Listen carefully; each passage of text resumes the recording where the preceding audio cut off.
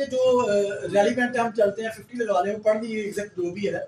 अगर 20 तक है तो वो अगर कोई शराकतदारी के साथ कारोबार करते हैं और उसमें उनका शेयर होता है, और शेयर वो प्रॉफिट और लॉस अकॉर्डिंगली किसके होता है, जितनी उन्होंने इन्वेस्टमेंट की होती है, जितना उन्होंने कैपिटल इन्वेस्ट किया होता है, ठीक हो गया, तो वो उसके रिस्पॉन्सिबल होते हैं। यहां पर भी ऑडिट का कोई काम नहीं है। कंपनीज एक्ट 2017 कहता है कि यहाँ पे भी ऑडिटर ने या ऑडिट आपने फाइनेंशियल्स का नहीं करना, ऐसा ही है। यहां तक कोई इशू? तीसरी फॉर्म है जी कंपनी की, ये पहले दोनों से थोड़ी सी हटके है, ठीक है। कंपनी में क्या होता है जी, बताएं जी जरा, कंपनी का ओनर कौन होता है? यहाँ तो हमने पढ़ा एक बंदा 2 से 20, कंपनी का ओनर कौन होता है? Share holder. क्यों क्यों? इन्वेस्टमेंट ज्यादा चाहिए होती है कंपनी के ज्यादा है शेयर होल्डर। कंपनी अपने, अच्छा आप लोगों को सर ने बताया थोड़ा बहुत कि कंपनी की फॉर्मेशन कैसे होती है? चलें इन शॉर्ट कंपनी जो होती है ना, देखें आप लोगों ने एक चीज याद रखनी है कि आप जिस जॉब में जा रहे हैं आपके साथ दो इंपॉर्टेंट चीजें हैं। एक एफबीआर का जो आपका ऑडियंस है 2001 जो है, और एक कंपनीज एक्ट 2017, पहले 1984 था, उसको रिपील कर दिया, रिप्लेस कर दिया 2017 में, ठीक हो गया। तो जो कंपनीज एक्ट है ना, उसके अंदर सारे सेक्शन जो है दिए हुए हैं कि आपने फॉर्मेशन कैसे करनी है, कंपनी रजिस्टर्ड कैसे करनी है। अच्छा, कंपनी को रेगुलेट करने के लिए ना पाकिस्तान में एक अदारा है, ये चीजें मैं थोड़ी सी आपको लिंक करवा रहा हूँ बात, जिसको क्या कहते हैं, SEC, securities and exchange commission of Pakistan. वो इसको रेगुलेट करता है, वो इसको सुपरवाइजरी रोल करता है, ओके जी। अच्छा, जो एसईसीपी है ना, एसईसीपी ने और कंपनीज एक्ट के अंदर लिखा हुआ है कि आपने कंपनी कैसे रजिस्टर्ड करनी है, एसईसीपी के अंदर जाना है। पहले जमाने में होता था रजिस्ट्रार बैठता था, अब तो ऑनलाइन कंपनी फॉर्मेशन हो रही है, ठीक है सारा कुछ। फर्ज करें कंपनी सारी बन गई, लिस्टेड भी होगी, मार्केट में उसने अपने शेयर फ्लोट कर दिए। जब शेयर फ्लोट किए तो आप लोग, हम लोगों ने वो जो जनरल पब्लिक है उन्होंने शेयर्स को बाय किए, उनको कहते हैं शेयर होल्डर। जिन लोगों के पास शेयर्स होंगे वो कंपनी के क्या होंगे, ऑनर। शेयर होल्डर तो है, उसके साथ साथ वो कंपनी के क्या है, ऑनर। यहां तक इशू किसी को? अच्छा, फर्ज करें एक कंपनी पाकिस्तान में, अब हम एग्जांपल्स फिट कर रहे हैं, एक कंपनी पाकिस्तान में भी एस्टैब्लिश हुई है, फॉर्मेशन हुई है, आप लोगों ने उसके शेयर्स बाय कर दिए, ठीक हो गया। जब आप लोगों ने शेयर्स बाय किए, आप लोगों ने अपनी जमा पूंजी सारी उम्र की जो है उसके अंदर इन्वेस्ट कर दिया। अब आप लोगों को फिक्र पड़ गई है, चलो जी कंपनी स्टार्ट हो गई है। अच्छा, मजे की बात, सबसे पहले ये बताएं कि इस कंपनी को, कंपनी की फॉर्मेशन हो गई, कंपनी को चलाता कौन है? यहाँ तक लिख लिया आप लोगों ने? Yes sir. कंपनी को चलाता कौन है? बोर्ड मेंबर, हाँ, डायरेक्टर्स, बोर्ड मेंबर्स, और कोई बात?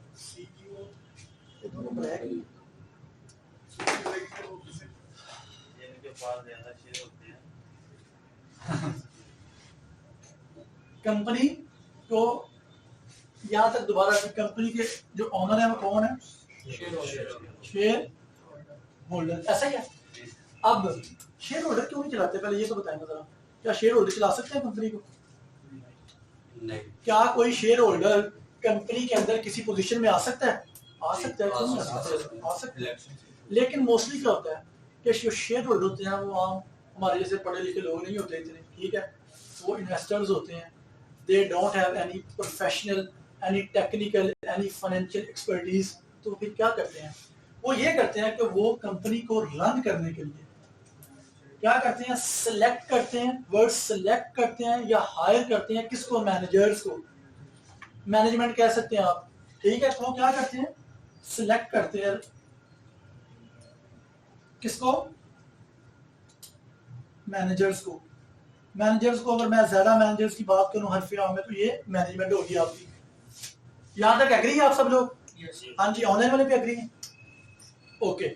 अच्छा, इन लोगों को शेयर होल्डर ने सिलेक्ट कर लिया, हायर कर लिया टू रन दी कंपनी। अच्छा, चल पड़ी जी कंपनी, 6 महीने गुजर गए, 8 गुजरे, 1 साल गुजरा। आप लोगों को अगर साल में थोड़ा सा बताओ, एक अकाउंटिंग साइकिल भी होता है, आइडिया है थोड़ा बहुत? पाकिस्तान में नॉर्मली 1 साल बाद जाके उसके अकाउंट्स बनते हैं।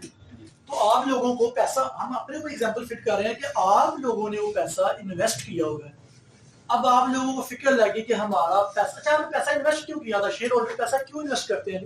प्रॉफिट के लिए। प्रॉफिट के लिए, profit in shape of dividend, profit in shape of dividend. और कल को आप डिविडेंड भी ले सकते हैं, और शेयर्स की अगर मार्केट प्राइस, अगर कंपनी अच्छा परफॉर्म करेगी, उसकी जो शेयर की वैल्यू क्या होगी, बढ़ेगी, तो आपको शेयर्स के ऊपर एप्रिसिएशन प्रॉफिट भी मिलेगा। ऐसा ही है, मार्केट में आप उसको सेल आउट कर सकते हैं। चलें, तो अगली बात जी नेक्स्ट जो है, आपको फिक्र पड़ गई पैसे की, तो आप मैनेजर के पीछे लग गए, मैनेजमेंट के पीछे, सीईओ के पीछे, बताएं जी हमारे पैसे का क्या किया आपने, रिजल्ट बताएं। आप बताएं, आपने हमसे पैसा इकट्ठा किया, हमारी तो सारी उम्र की जमा पूंजी है, आप बताएं कि वो पैसे कहाँ गए। तो मैनेजमेंट फिर क्या करती है, बताएं जरा। मैनेजमेंट क्या करती है, फाइनेंशियल स्टेटमेंट प्रिपेयर करती है। यहां तक कोई मसला? अच्छा, आप लोगों को मैं एक और बात बता दूं, यहीं पे एक कॉन्सेप्ट है छोटा सा, वो साथ यहीं पे मैं ऐड कर देता हूं, ताकि जब हम आगे ऑडिट की तरफ मूव हो जाए। एक बात याद रखिएगा, जब शेयर होल्डर मैनेजमेंट को या मैनेजर्स को सिलेक्ट करते हैं, ठीक है, तो उनके दरमियान एक रिलेशन बिल्ड हो जाता है। क्या हो जाता है? Relation build. मसलन ये ऑनर थे, तो ऑनर क्या कहलाएंगे, क्या लिखा है मैंने, प्रिंसिपल। और जो मैनेजर्स है, मैनेजमेंट है, ये एजेंट, ये शेयर होल्डर के प्रिंसिपल के बिहाफ पे काम कर रहे हैं ना, तो इनको क्या कहेंगे हम, बताएं जी। इस रिलेशन को क्या बोलते हैं, एजेंसी थ्योरी कह सकते हैं, एजेंसी रिलेशनशिप कह सकते हैं, जो भी भाई कह रहे हैं, ठीक है। ये एग्जाम में पूछा जा सकता है, मैं आपको बता दूं, तो एजेंसी थ्योरी, ठीक हो गया, या एजेंसी रिलेशनशिप कह रहे हैं, एजेंसी जो भी कह रहे हैं, ठीक है। तो यहाँ पे प्रिंसिपल कौन हुआ, ऑनर, और एजेंट कौन हुआ, मैनेजमेंट। अच्छा, मैनेजमेंट जब एजेंट बन गई, तो किसके बिहाफ पे काम कर रही है, किसके बिहाफ पे काम कर रही है? आप लोग नोट्स बड़े अच्छे तरह बना रहे हैं, शेयर होल्डर के बिहाफ पे। तो मैनेजमेंट जब एजेंट बन जाएगी ना, इसके पास 2 एडिशनल रिस्पॉन्सिबिलिटीज आ जाएंगी, ये कॉमन सेंस है सारी, ठीक है ना। 2 एडिशनल रिस्पॉन्सिबिलिटीज के पास और आ जाएंगी, क्या क्या आएंगी, देखिए जी। एक तो ये अकाउंटेबल हो जाएंगे, अकाउंटेबिलिटी हो जाएगी, देखिए ना, जब इनको जिस मकसद के लिए इनको लेके आए हैं, इनसे पूछा भी तो जाएगा ना, ये अकाउंटेबल होंगे ना। तो एक तो अकाउंटेबिलिटी भी इनके ऊपर आ जाएगी, और एक वर्ड जो बड़ा इंपॉर्टेंट यूज होता है, ये मैंने क्या लिखा है, पढ़े जी, स्टीवर्डशिप। सुना है पहले कभी? स्टीवर्डशिप उर्दू में क्या कहते हैं, बोले उर्दू में, नवाज भाई। स्टीवर्डशिप रखवाला, हमारा किसका रखवाला, जो हम लोगों ने पैसा इन्वेस्ट किया यार, ये उसको उसकी हिफाजत करने के लिए हमने मैनेजमेंट को हायर किया होता है। तो ये 2 रिलेशनशिप बिल्ड हो जाते हैं। इन 2 रिलेशन को फुलफिल करने के लिए मैनेजमेंट क्या बनाती है, फाइनेंशियल स्टेटमेंट्स, ठीक है। यहां तक कोई मसला जी? ऑनलाइन वाले बच्चे जी, कोई मसला किसी को? क्योंकि ये चीजें क्लियर होंगी तो ऑडिट स्टार्ट होता है। मैं इसको रिपीट कर रहा हूं, ऑर्गेनाइजेशन हो गई, एक प्रॉफिट मेकिंग, एक not for profit making. Profit making के अंदर सारे बिजनेस आ जाते हैं। नॉट फॉर प्रॉफिट मेकिंग के अंदर आपकी एनजीओ प्राइवेटली ओन्ड भी होती है, गवर्नमेंट भी होती है। जो प्राइवेटली ओन्ड होती है उसको पैसा कौन देता है, जो डोनर्स होते हैं, ठीक है, जो डोनेशन देते हैं। जो गवर्नमेंट होती है, गवर्नमेंट इनको ग्रांट देती है।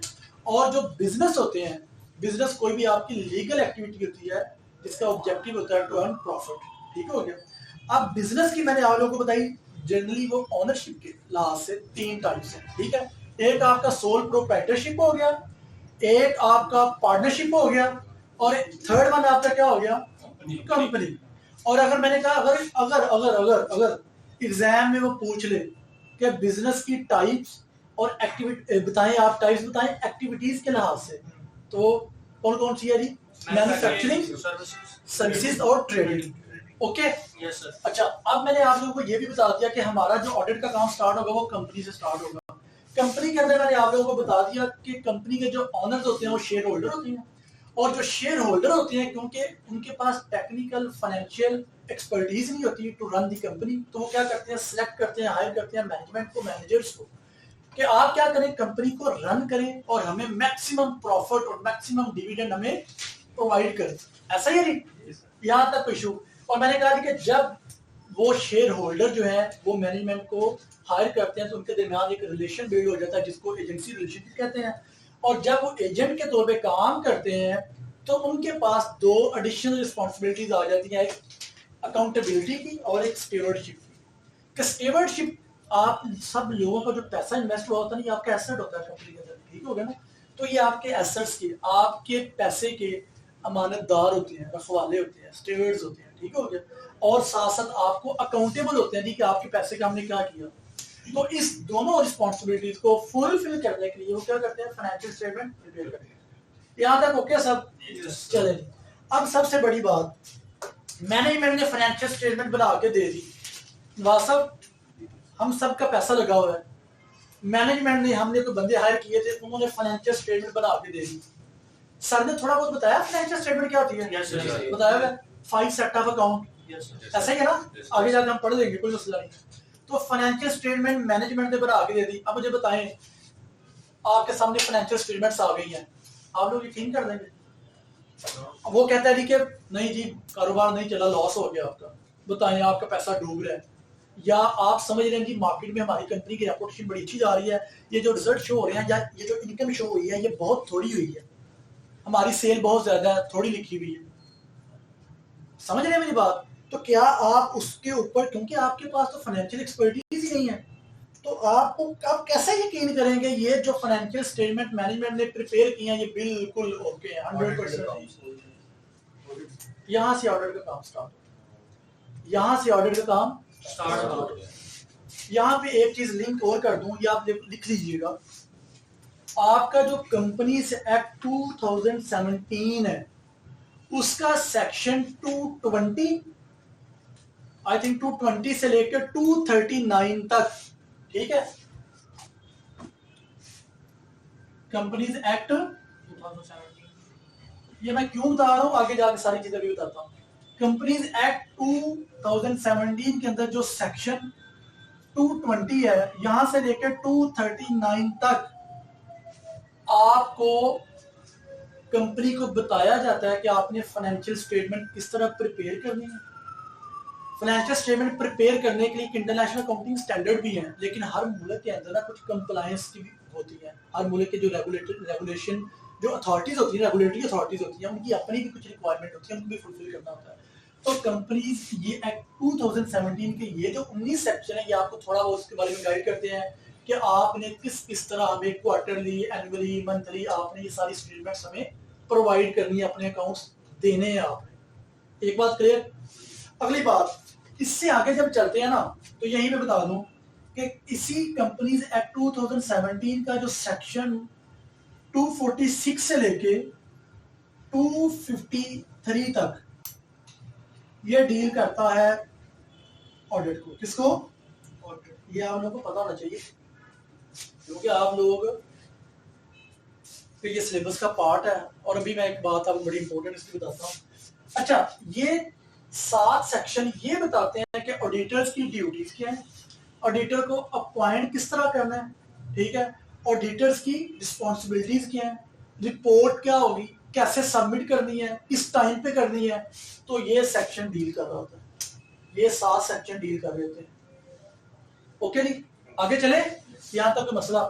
अच्छा, अब इन सेक्शंस को देखते हुए कंपनी क्या करती है, ऑडिटर को अपॉइंट करती है। वो एक पूरा प्रोसेस है, हम थोड़ा सा आगे जाकर ना मैं ब्रीफ बताऊंगा कि ऑडिटर को अपॉइंट करने का क्या प्रोसेस है। कुछ ज्यादा मेरा ख्याल आपके कोर्स का उतना पार्ट नहीं है, लेकिन मैं बताऊंगा कि ऑडिटर को कैसे अपॉइंट करना है। अगर ये आप लोगों के पास टाइम हो तो ये सेक्शन, छोटे छोटे सेक्शन है, आप लोगों ने एक दफा रीड आउट कर देने हैं, क्योंकि माशाल्लाह आप सारे लोग प्रैक्टिकल लाइफ के अंदर ही हैं, तो इंशाल्लाह जल्दी आपको समझ आ जाएगी, ठीक है। तो ये सारी चीजें, और यहाँ से ऑडिटर का काम स्टार्ट होता है, ऑडिटर अपॉइंट होता है। अब ऑडिटर अपॉइंट हो गया, ठीक है जी। अब यहाँ पे भी एक छोटी सी बात ऐड कर दूं, आपको पता होना चाहिए, जितने भी बिजनेस हैं या जितनी भी कंपनीज है, उनका जो अकाउंटिंग पीरियड है कुछ का डिफरेंट होता है, ऐसा ही है। कुछ का 1 जनवरी से स्टार्ट होगा और एंड कहाँ पे होगा, 31 दिसंबर, और कुछ का 1 जुलाई से स्टार्ट होगा, एंड कहाँ पे होगा। इस 12 महीने के पीरियड को क्या कहते हैं, अकाउंटिंग पीरियड या अकाउंटिंग साइकिल, ऐसा ही है। कुछ का स्टार्ट होता होगा अक्टूबर से लेके अगले सितंबर तक, कुछ का स्टार्ट होता होगा 1 अप्रैल से लेके 30 मार्च तक, ऐसा ही है ना। चले यहां तक ओके नहीं।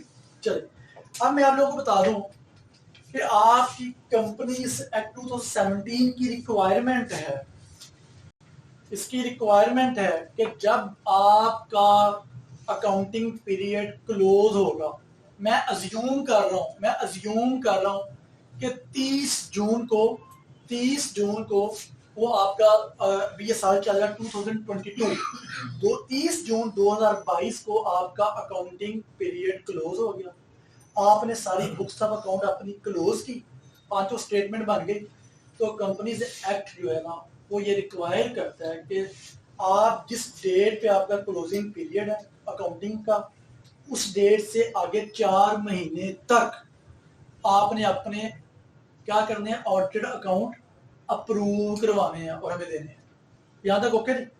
तो इसका मतलब, मैं रिपीट कर रहा हूं, इसका मतलब मैं एग्जांपल दे दूं, ये सारा लिख रही है, मिटा दो।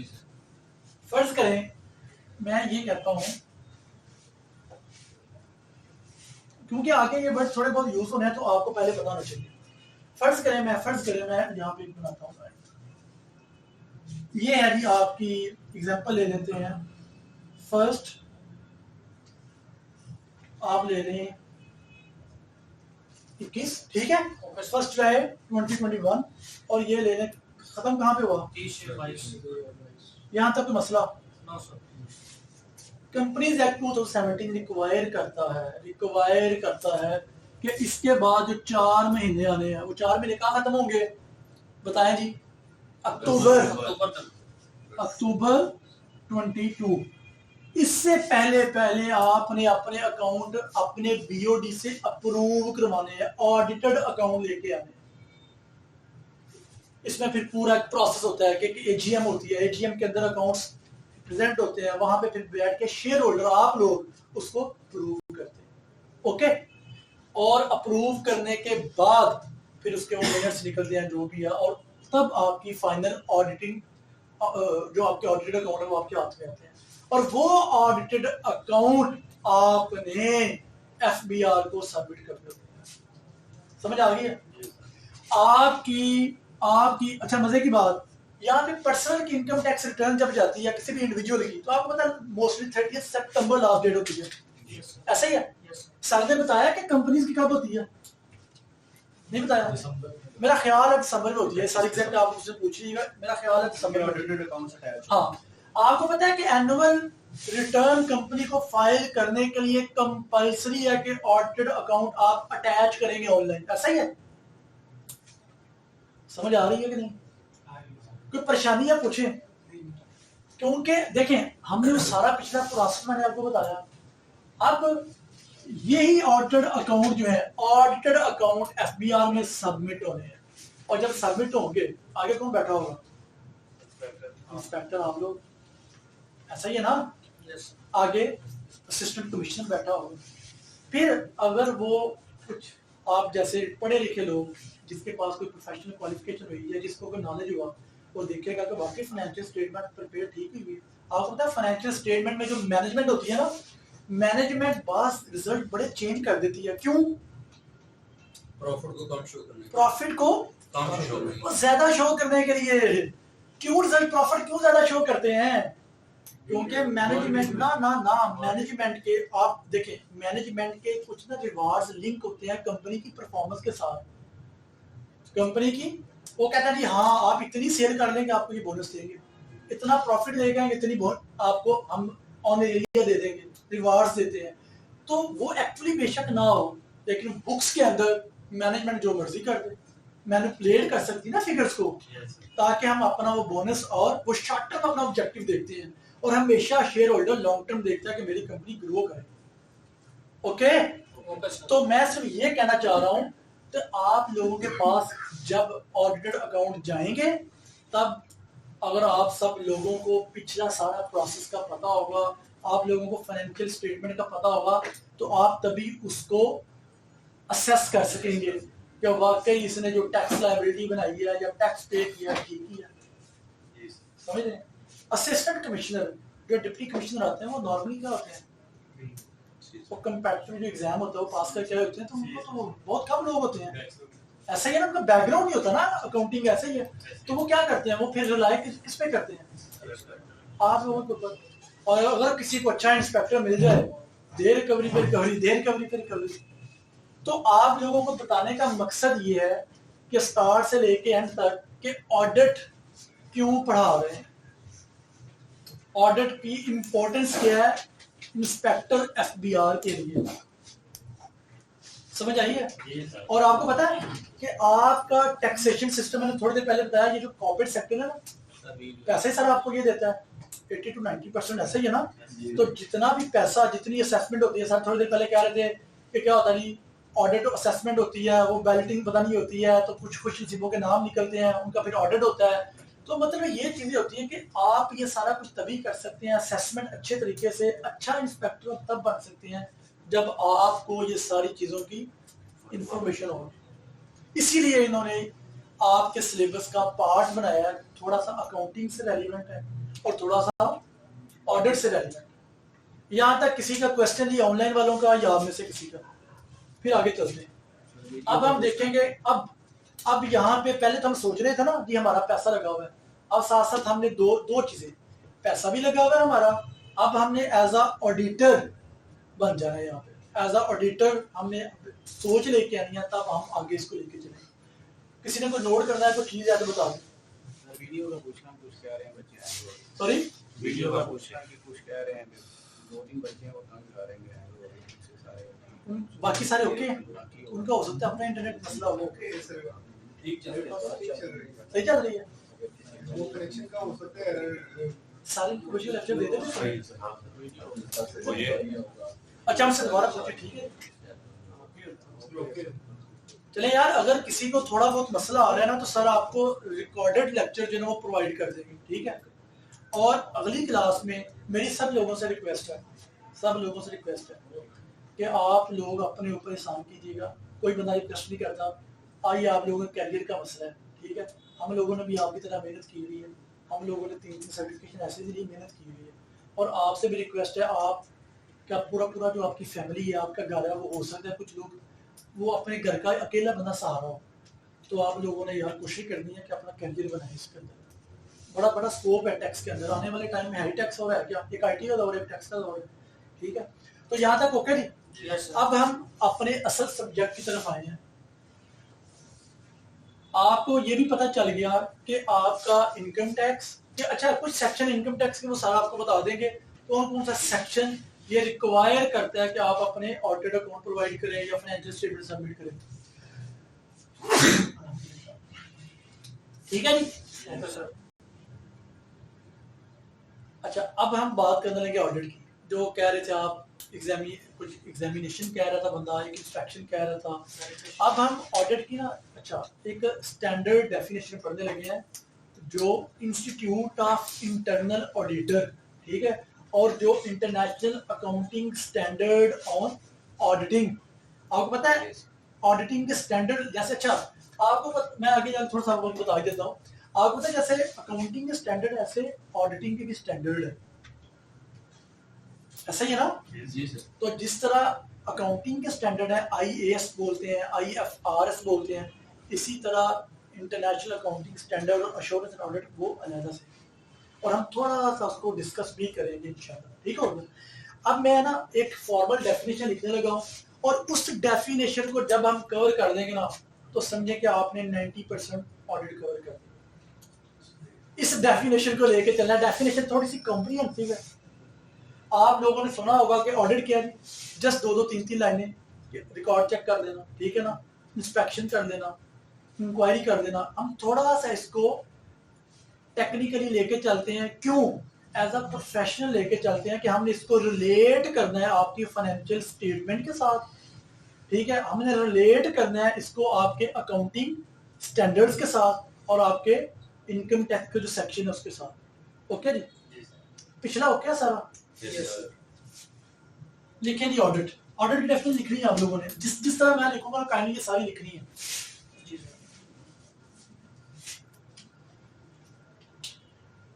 वर्ड स्टार्ट करें, हैंड राइट मेरी जो राइटिंग की समझ ना आए तो पूछ लीजिएगा जी, ऑनलाइन वाले जो बच्चे बैठे हुए हैं, ठीक है ना, तो इंशाल्लाह मैं कोशिश पूरी करूंगा कि थोड़ा साफ लिखूं ताकि आप लोग समझ आ जाए। ऑडिट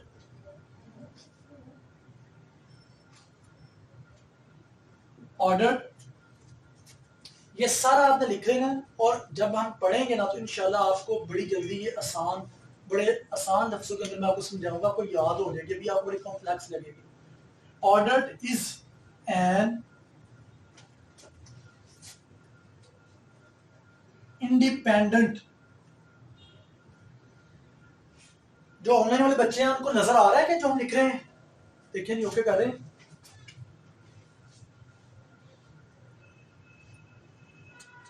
ओके थैंक यू जी। Order is an independent examination, okay, examination किस चीज की, ऑफ, ये एफएस से क्या मुराद है, फाइनेंशियल स्टेटमेंट, ठीक हो गया। आगे वर्ड है अलोंग विद, ठीक हो गया, लिख रहे हैं सारे। Relevant record, along with relevant record,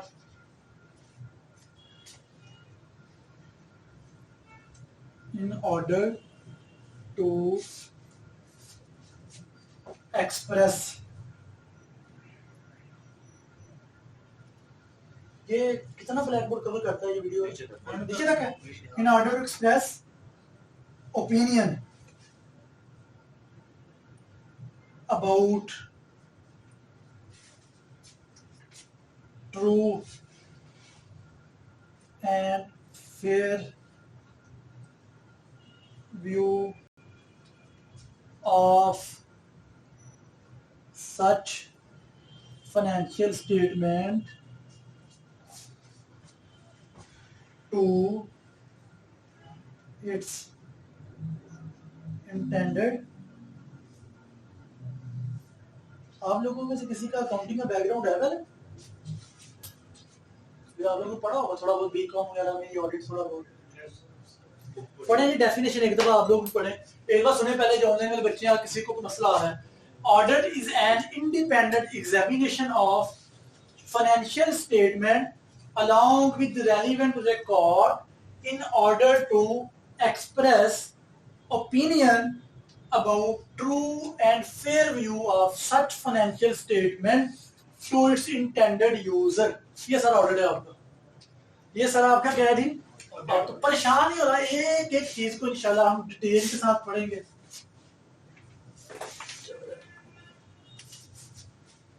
हम पढ़ेंगे कि इंडिपेंडेंट क्या होता है, ठीक हो गया, हम पढ़ेंगे एग्जामिनेशन क्या होता है, हम पढ़ेंगे फाइनेंशियल स्टेटमेंट क्या चीज है, हम पढ़ेंगे रेलेवेंट रिकॉर्ड क्या है, हम पढ़ेंगे एक्सप्रेस का क्या मतलब है, हम पढ़ेंगे ओपिनियन क्या चीज है, हम देखेंगे ट्रू क्या है, फेयर व्यू क्या है, और इंटेंडेड यूजर क्या है। ये सारी चीजें हाईलाइट कर दें, इनको अलहदा पेजों पे लिखना है, अलहदा पे लिखें, यहीं पे आपने वो करना है पेज पे करें, लेकिन ये लिखना बहुत जरूरी है, ठीक हो गया। आप लोग काइंडली लिखनी, इसको जो भी करना है, ये इंतहाई इंपॉर्टेंट चीज है। और अगर इस चीज को हमने डिटेल के साथ पढ़ लिया तो आपका ऑडिट 90% हम कवर करेंगे, बाकी दो तीन चीजें, क्योंकि आपका जो सिलेबस इतना है, अदरवाइज तो ऑडिट का सिलेबस इतना होता है कि जितनी भी प्रोफेशनल क्वालिफिकेशन है, सीए हो, एसीसी हो, एसीएम हो, इसके दो दो पेपर होते हैं, एक बेसिक लेवल एक एडवांस लेवल। लेकिन क्योंकि आपका जो मेजर पोर्शन है वो आपका इनकम टैक्स से रिलेट करता है, टैक्सेशन से रिलेट करता है, और क्योंकि आपको एक अच्छा एफबीआर इंस्पेक्टर बनाने के लिए उन्होंने क्या कि आपको अकाउंटिंग का नॉलेज भी और आपको ऑडिट का नॉलेज भी। ये लिख ली हुई है सबने, ऑनलाइन वाले बच्चों ने लिख ली हुई है, यस पाएंगे? चलें, अब सबसे पहला वर्ड है audit. Is an independent. Audit क्या है? जांच पड़ताल, ऐसा ही है ना? किस चीज? और अच्छा, जांच पड़ताल किस तरह की? क्या कह रहा है? इंडिपेंडेंट। इंडिपेंडेंट से मुराद आजाद, और कोई? खुद मुख्तार, और कोई? ट्रांसपेरेंट, और कोई?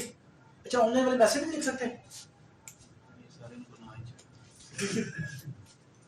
अच्छा, मैं कुछ चीजें लेके चलूंगा जो इंटरनेशनल जो स्टैंडर्ड्स हैं ऑडिट के।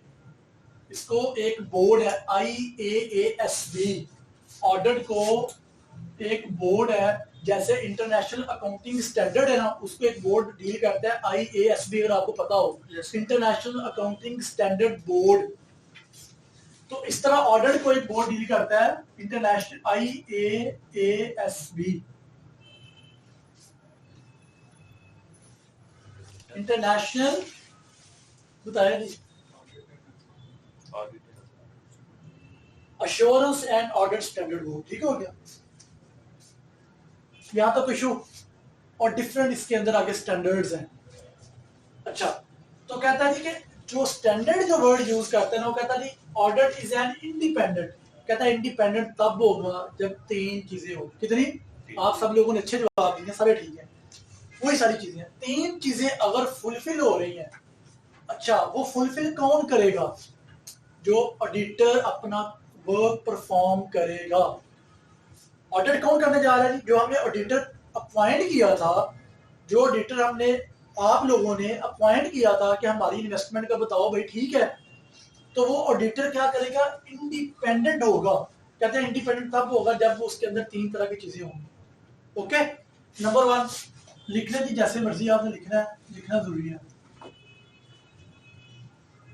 ऑनलाइन वाले जो बच्चे हैं, मैं साथ पढ़ रहा हूँ, छोटा लिखा होगा, साथ मैं रीड कर रहा हूँ। कहता है नंबर 1 वो क्या होगा? Free from biasness. Free from biasness. Biasness किसको कहते हैं?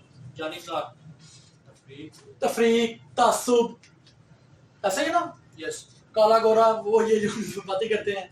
तो कहता है वो इस चीज से फ्री हो, बायसनेस ना हो, किसी की साइड ना ले हो, ऐसा ही है ना? तासुब रवि का वो शिकार नहीं होना चाहिए ऑडिटर, तब भी वो एज अ इंडिपेंडेंट काम करेगा, वो इंडिपेंडेंट होगा। आगे चलो। यस सर, कहता है दूसरी इसके अंदर क्वालिटीज ये होनी चाहिए कि वो ऑनेस्ट हो। क्या हो? ऑनेस्ट का मतलब ईमानदार, ईमानदार हो। ईमानदार होगा तो काम करेगा ना, ऐसा ही है। यस सर, तीसरी चीज कहता है वो वर्क परफॉर्म करे, वर्क करे विदाउट एनी, एक इंग्लिश का वर्ड है जी influence, work without any influence.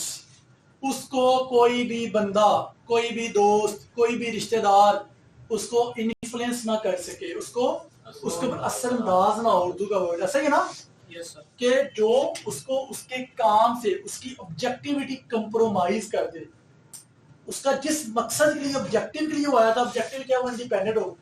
अगर उसके ऊपर किसी का प्रेशर आ गया, वो दबाव में आके उसने गलत काम कर दिया, तो क्या वो इंडिपेंडेंट रहेगा? नहीं रहेगा। तो कहता है इंडिपेंडेंट तब होगा जब ये तीन चीजें हों। अगर अब एग्जाम में आपको आ जाए कि फर्ज करें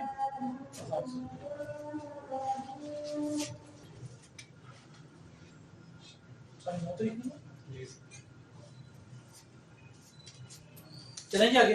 यस सर, तो हमने बात ये की कि ऑडिटर इंडिपेंडेंट तब होगा जब उसके अंदर ये तीन क्वालिटीज होंगी कि वो फ्री फ्रॉम बायसनेस होगा, वो ऑनेस्ट होगा, और वर्क करेगा without any influence, without any pressure. ठीक है? अच्छा, अब वो काम क्या करेगा? अब उसने उसके आगे फाइनेंशियल स्टेटमेंट्स पड़ी हुई हैं, अब वो क्या काम करेगा?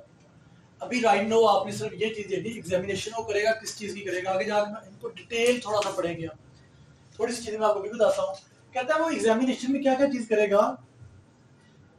अभी थोड़ी देर पहले स्टार्ट में एक भाई ने बात की थी कि ऑडिट इंस्पेक्शन होती है, तो एग्जामिनेशन की कुछ टेक्निक्स होती हैं जो ऑडिटर परफॉर्म करता है। तो उनमें सबसे पहली टेक्निक वो यूज करेगा इंस्पेक्शन की। क्या करेगा, लिखना है आप लोगों ने, ये स्टैंडर्ड ये यूज करता है, इसके अलावा और चीजें है ही नहीं। तो ऑडिटर सबसे पहले जो टेक्निक यूज करेगा इंस्पेक्शन, इंस्पेक्शन आप लोगों ने बात कर दी, चेक करना, फिजिकली चेक करना, वेरीफाई करना। उन लोगों ने जो जो ट्रांजैक्शन लिखी होंगी, जो एसेट्स बाय किए होंगे, जो इन्वेंटरी पड़ी होगी, ऑडिटर क्या करेगा, फिजिकली उनको इंस्पेक्ट करेगा, वेरीफाई करेगा। वो कंपनी किसकी है, हम लोगों की। हमने ये एग्जांपल ली है ना, कंपनी हम लोगों की है, ऑडिटर जाके चेक करेगा, वेरीफाई। एम नहीं वो कह देता थी कि हाँ हम उसके ऊपर ट्रस्ट करते हैं, वो उसके पीछे बड़ी उसकी वर्किंग होती है ऑडिटर्स की, वो क्या वर्किंग होती है वही हम पढ़ रहे हैं, ठीक है। तो सबसे पहले वो इंस्पेक्शन करेगा हर चीज की, ठीक हो गया। अगली टेक्निक है जी, थोड़ी है, अगली टेक्निक है ऑब्जर्वेशन, ठीक हो गया। क्या टेक्निक है जी, ऑब्जर्वेशन। कॉमन सेंस, चीजों को ऑब्जर्व करेगा, वो देखेगा कि इनके इंटरनल कंट्रोल्स कैसे हैं, कंपनी के अंदर जो स्टेट ऑफ अफेयर्स जो चल रहे हैं, जो ऑपरेशंस चल रहे हैं, कंपनी के अंदर जो मैन्युफैक्चरिंग प्रोसेस चल रहा है, या सेल या परचेजिंग जो हो रही है, क्या वो उसके ऊपर कंट्रोल लगे हुए हैं। ऑब्जर्व करेगा कि ठीक हो रहा है काम सारा, ठीक है, ऑब्जर्व करेगा। यहाँ तक कोई क्वेश्चन जी? अच्छा, ऑब्जर्व करने के बाद ना, ऑब्जर्वेशन में बाद दफा एक टेस्ट आ जाता होता है जिसको बोलते होते हैं वॉक थ्रू टेस्ट। वो अलग से भी एग्जाम में शायद आपसे पूछ ले, वॉक थ्रू टेस्ट क्या होता है जस्ट आप समझे, वो एक डमी एंट्री कराएगा, डमी एंट्री खुद से जनरेट करेगा, और फिर जहां से वो स्टार्ट होती है, ओरिजिनेट होती है एक ट्रांजैक्शन, और जहां से वो एंड तक जाती है, वो देखिए क्या इसने वो सारे प्रोसीजर अडॉप्ट किए, क्या इसके ऊपर सारे कंट्रोल चेक हुए हैं या हमें आगे चली गई है।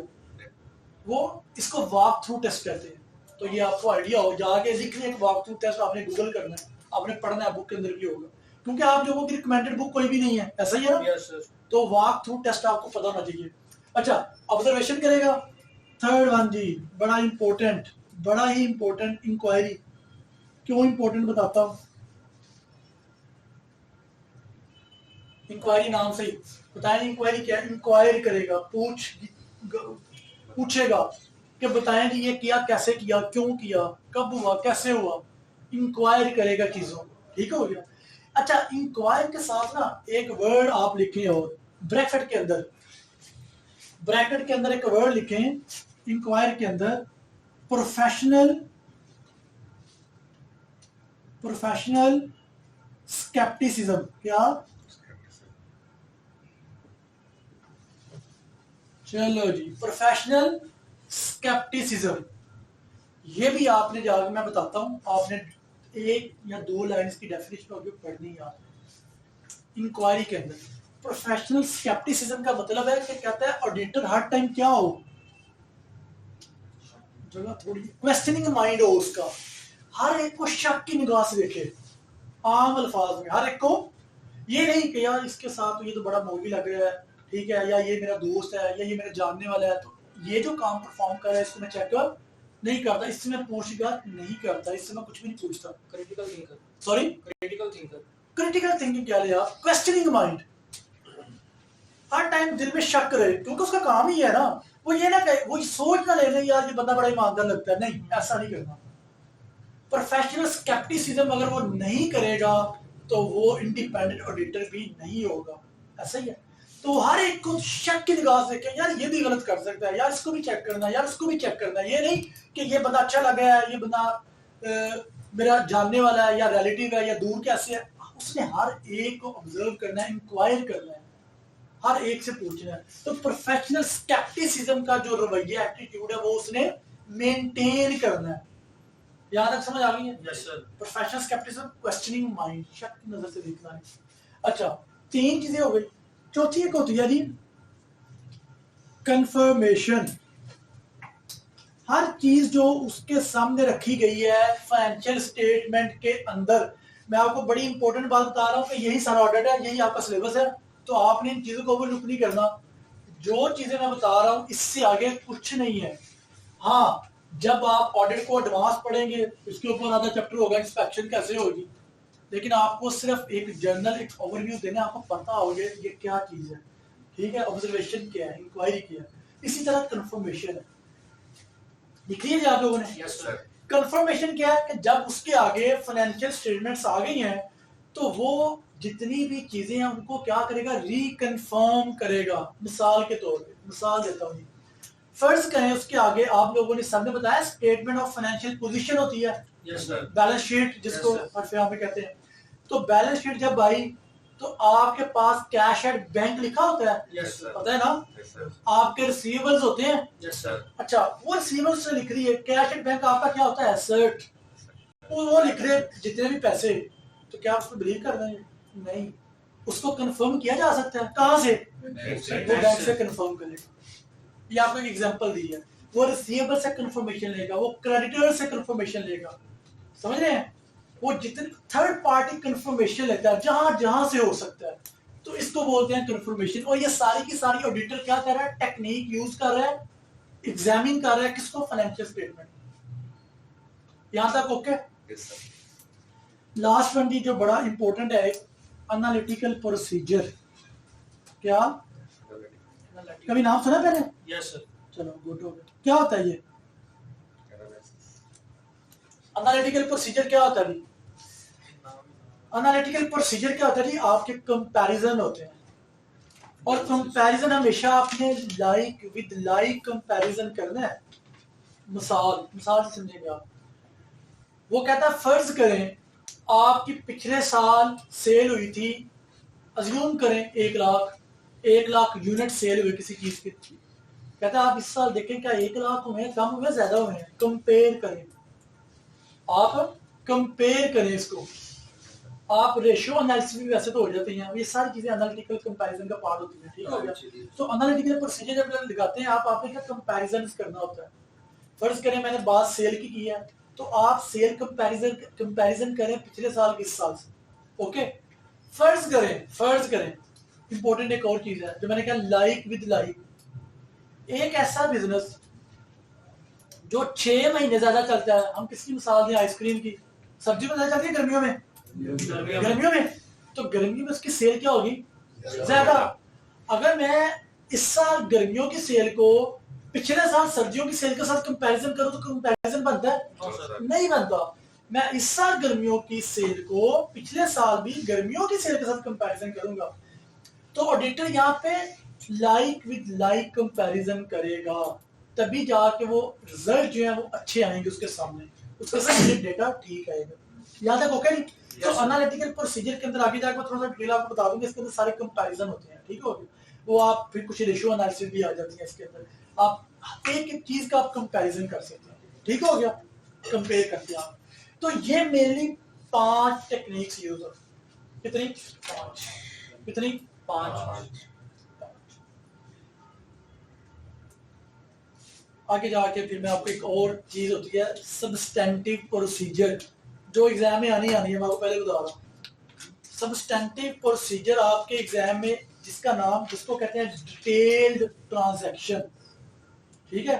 वो आगे जाकर मैं बताऊंगा, आपको भी रहने दे, इंशाल्लाह अगले लेक्चर में अल्लाह ने मौका दिया तो जरूर बताऊंगा। सबस्टेंटिव प्रोसीजर भी आपका एग्जामिनेशन का पार्ट ही होता है, ठीक हो गया।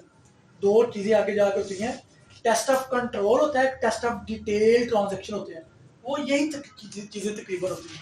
लेकिन टेस्ट ऑफ कंट्रोल में कुछ चीजें कम होती हैं और टेस्ट ऑफ डिटेल ट्रांजैक्शन के अंदर ज्यादा चीजें होती हैं, ठीक हो। तो यहाँ तक ओके नहीं? तो ऑडिटर क्या होगा, इंडिपेंडेंट होगा और एग्जामिनेशन करेगा। एग्जामिनेशन किस तरह करेगा, ये 5 मेन टेक्निक्स यूज करेगा। अच्छा, तो ये सारी की सारी टेक्निक्स किसके ऊपर अप्लाई कर रहे हैं जी? फाइनेंशियल स्टेटमेंट के ऊपर। ये आपके सामने फाइनेंशियल स्टेटमेंट, दोबारा लिखने की जरूरत है। ये क्या क्या होती है? Income statement, statement of comprehensive income statement पूरा नाम। अगर मैं इसका नाम लूं तो बैलेंस शीट, जिसको आप मॉडर्न नाम जो है, जो स्टैंडर्ड यूज करता है, statement of financial position. 2 statement of cash flow, ठीक है, cash flow. Number 3 statement of changes in equity, हम ये नाम भी मॉडर्न यूज करते हैं, ठीक है। Statement of comprehensive income, statement of financial position, ठीक है, SOFP, SOCF, statement of cash flow, statement of changes in equity, और पांचवा notes to the accounts. Online वाले जी जिनको अगर नजर नहीं आ रहा तो फाइनेंशियल स्टेटमेंट 5 चीजें, statement of comprehensive income statement, statement of financial position, statement of cash flow, statement of changes in equity और नोट्स टू द अकाउंट्स। इनके ऊपर ऑडिटर ये टेक्निक्स यूज करता है, ये सारी एग्जामिनेशन करता है। हमने जिस ऑडिटर को अपॉइंट किया था, एग्जांपल समझाने के लिए, ठीक हो गया। अच्छा, अब ऑडिटर ने फाइनेंशियल स्टेटमेंट तो चेक करनी है। अब क्वेश्चन पैदा हो गया ना, अब फर्ज करें एक कंपनी है, हमारी कंपनी को चलते चलते 5-6 साल हो गए, अब किस साल की फाइनेंशियल स्टेटमेंट भाई ऑडिटर चेक करे, ऐसा ही है। तो हमने आगे यूज किया है कि ये सारी एग्जामिनेशन करेगा और financial statement along with relevant record, कि जो रेलेवेंट रिकॉर्ड होगा ना इसके ऊपर टेक्निक्स ये यूज करेगा।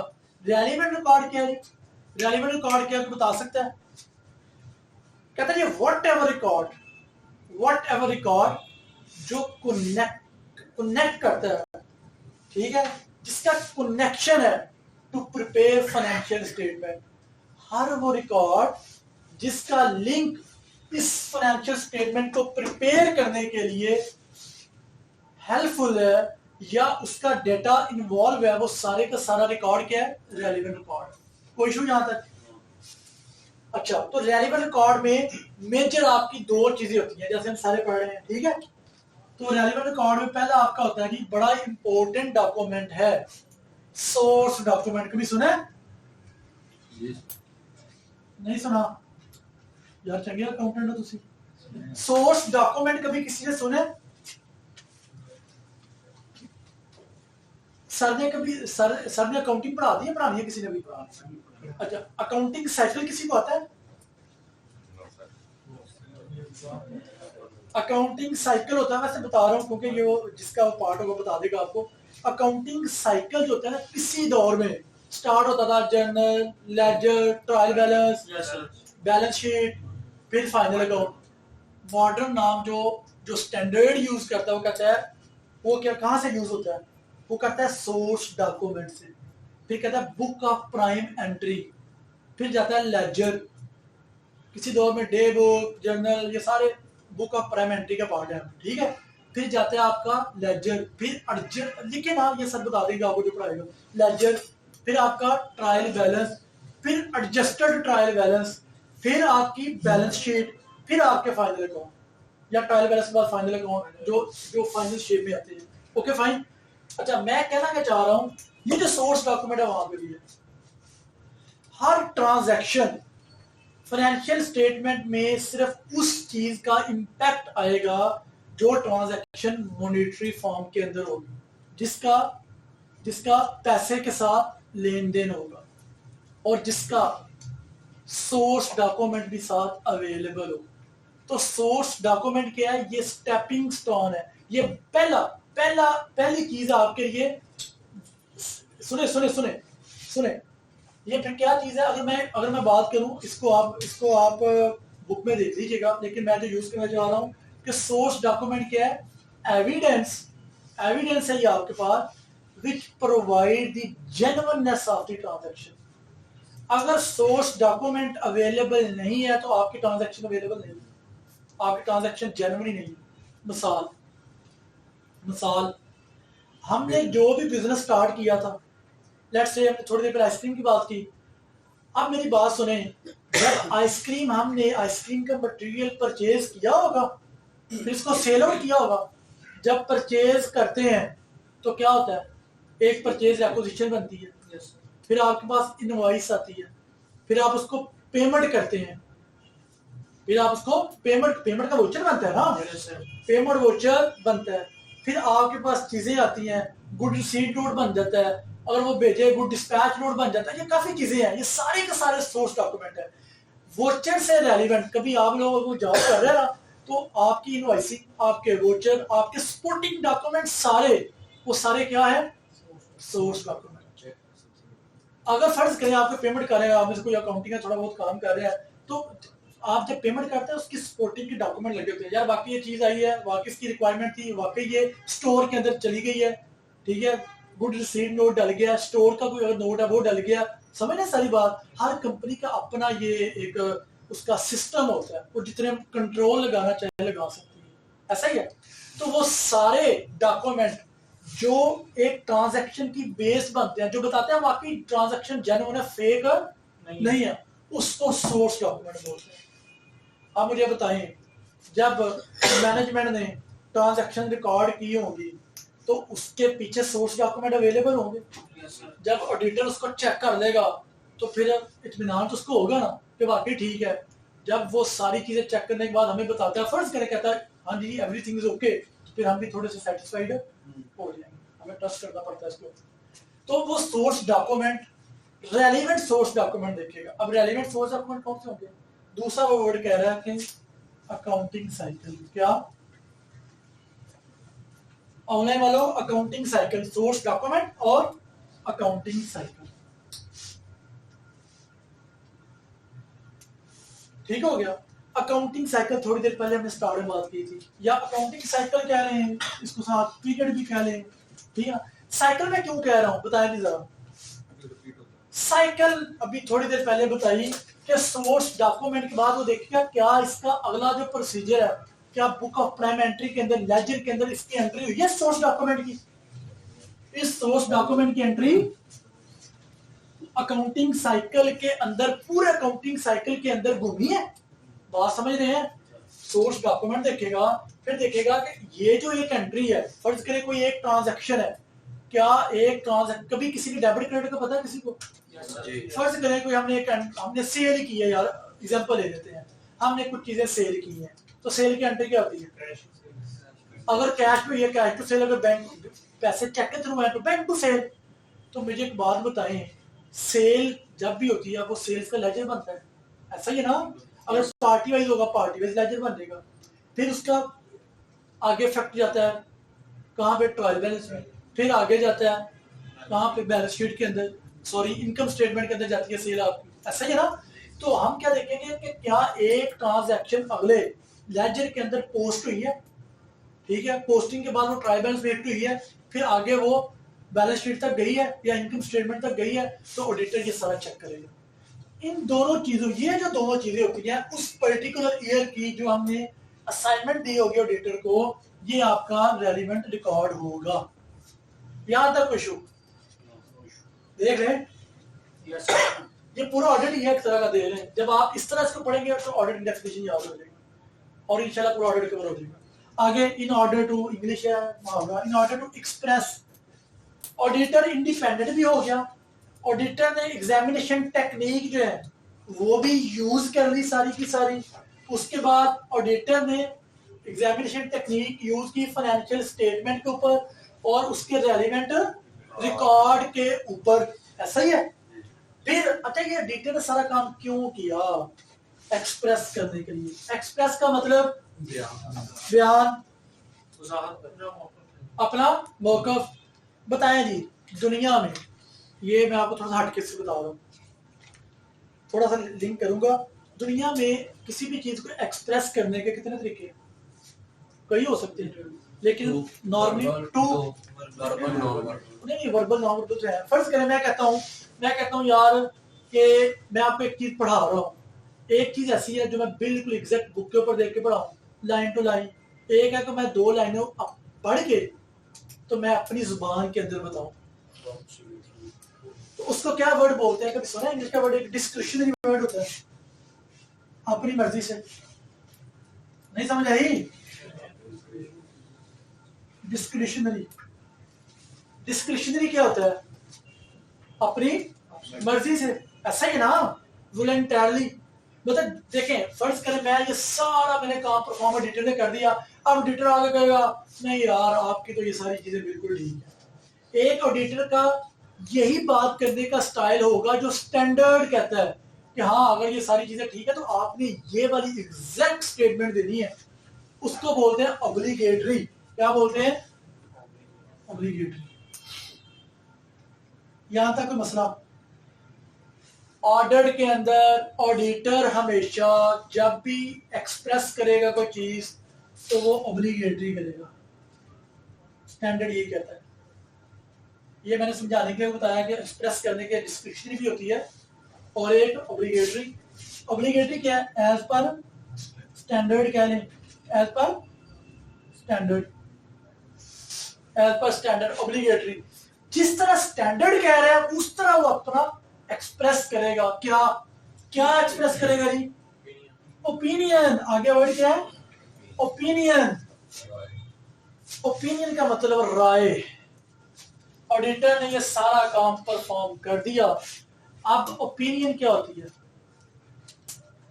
जब वो सारा काम परफॉर्म करेगा तो वो क्या कहेगा? ये सारा काम या तो बहुत अच्छा है, या सिर्फ अच्छा है, या एवं है, मॉडरेट है। ये चीज हो सकती है ना। ऑडिट के अंदर इसको कहते हैं डिजायर्ड, लिख लें, desired level of confidence. Auditor का जो डिजायर्ड लेवल है कॉन्फिडेंस का वो कितना है? ऑडिटर कितना कॉन्फिडेंस है कि वाकई जो मैंने काम किया है ये इसका लेवल क्या है? तो ये लेवल नॉर्मली 3 तरह के होते हैं। कितने? 3 तरह के लेवल जी। फर्स्ट वन, पहली बात तो ये क्या है जी? डिजायर्ड लेवल ऑफ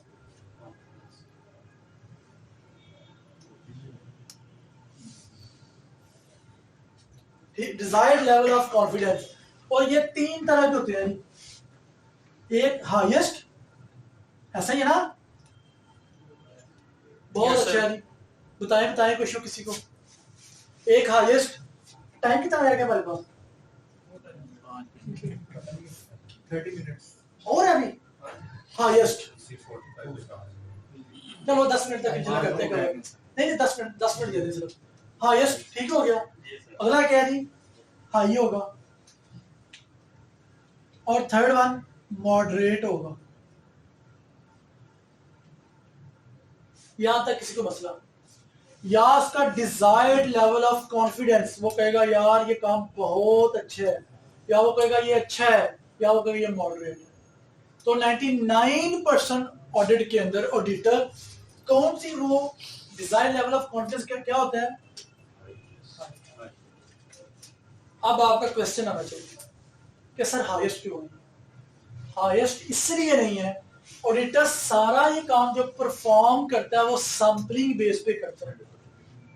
ऑडिट की कुछ इनहेरेंट लिमिटेशन है, पढ़ेंगे इंशाल्लाह अगले लेक्चर में। ऑडिट की कुछ इनहेरेंट लिमिटेशन है। ऑडिट के अंदर कुछ एक वर्ड यूज होता है कि आपके पास कंक्लूसिव एविडेंस जो है वो अवेलेबल नहीं होते। एक होता है आपका परसुएसिव एविडेंस, ऐसा ही है ना, कि जिसको इटसेल्फ क्या होता है जी? एविडेंस की जरूरत होती है। ये आगे जब मैं मजीद सारा डिटेल बता दूंगा, उसकी टेंशन नहीं आप, ठीक है। अभी सिर्फ ये बता रहा हूँ कुछ इनहेरेंट लिमिटेशन होती हैं कि जिसकी वजह से auditor highest level of confidence जो है वो शो नहीं करता।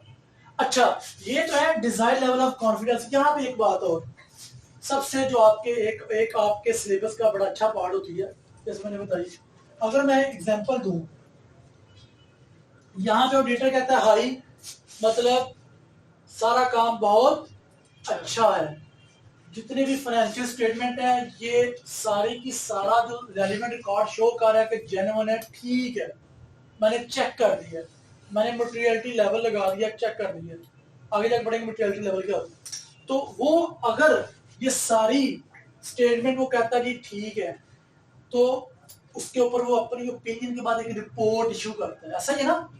वो रिपोर्ट नॉर्मली अभी बता रहा हूं, 2 तरह की होती है।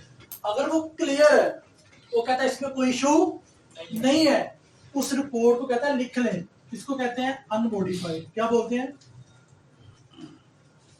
Unmodified report. अगर वो रिपोर्ट बिल्कुल क्लियर हो, अनमोडिफाइड, कुछ लोग इसको अनक्वालिफाइड भी बोलते हैं, ठीक है। और अगर ये रिपोर्ट वो कहता है ओपिनियन उसकी ठीक नहीं है, वो कहता नहीं जी इसमें बड़े मसले हैं, इसमें बड़े इश्यूज हैं, तो फिर वो क्या करेगा, मॉडिफाइड रिपोर्ट, जिसको क्वालिफाइड भी कहते हैं। अब मॉडिफाइड रिपोर्ट्स की भी आगे टाइप्स हैं, बाद में पढ़ेंगे। मॉडिफाइड रिपोर्ट्स की भी आगे टाइप्स हैं कि क्या किसी एक हेड में मसला है या सारी फाइनेंशियल स्टेटमेंट में मसला है, या मुझे कुछ भी रिकॉर्ड नहीं मिला, आगे इसकी टाइप्स है। तो फिर इसकी रिपोर्ट थोड़ी चेंज हो जाएगी, आगे बेसिस ऑफ ओपिनियन चेंज हो जाएगी। तो मेन जो यही है, अनमॉडिफाइड और मॉडिफाइड। याद है? ओके, आगे चले जल्दी से। तो ये ओपिनियन दे देगा जो मैंने अभी बात की है, किसकी, ट्रू एंड फेयर व्यू। मैं बात तो जल्दी कर गया हूं। ट्रू क्या होता है, सच है, बिल्कुल ठीक है, क्या, ये सारा कुछ। तो कहता है ये ट्रू का मतलब होता है ये बेस कर रही होती है इसके ऊपर, बेस ऑन रियल फैक्ट्स, कि जो भी ये सारा कुछ इसने फाइनेंशियल स्टेटमेंट में शो किया है ये सारा ट्रुथ के ऊपर बेस कर रहा है, रियल फैक्ट्स के ऊपर बेस कर रहा है। इसमें कोई चीज हैंकी बैंकी नहीं है, कोई फेक ट्रांजैक्शन नहीं है। कहता है अगर इसके ऊपर ट्रू है तो कहता है फिर फेयर व्यू क्या होगा।